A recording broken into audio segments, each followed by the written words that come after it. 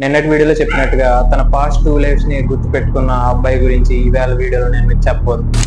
So మ్యాటర్లోకి వెళ్తే, ఇండియాలో జన్మించిన బిషాన్ చంద్ కపూర్ తన పాస్ట్ లైఫ్ గురించి తన చిన్న ఏజ్ లోనే మాట్లాడడం స్టార్ట్ చేశాడు. తన పేరు లక్ష్మీ నారాయణ్ అని, తను ఒక వెల్దియెస్ట్ మ్యాన్ అని, అండ్ 1918లో ఒక యాక్సిడెంట్ వల్ల చనిపోయినని చెప్తూ ఉండేవాడు. ఇంకా తన పాస్ట్ లైఫ్ డీటెయిల్స్ ని కూడా చెప్తూ ఉండేవాడు, like house details and neighbours గురించి.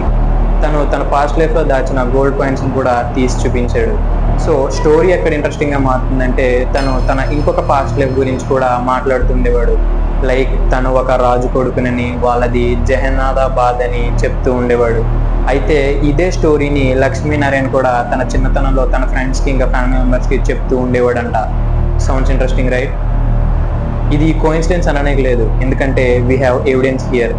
So is this chain of reincarnation? అంటే రీఇన్కార్నేషన్ చైనా 2 సార్లు పునర్జన్మించడం సాధ్యమా? మీరేమంటారో కింద కమెంట్స్ లో చెప్పండి. మా సబ్స్క్రైబ్ అయిన ఈ క్వశ్చన్ ని రేపటి వీడియోలో నేను ఆన్సర్ చేయబోతున్నాను. Stay tuned.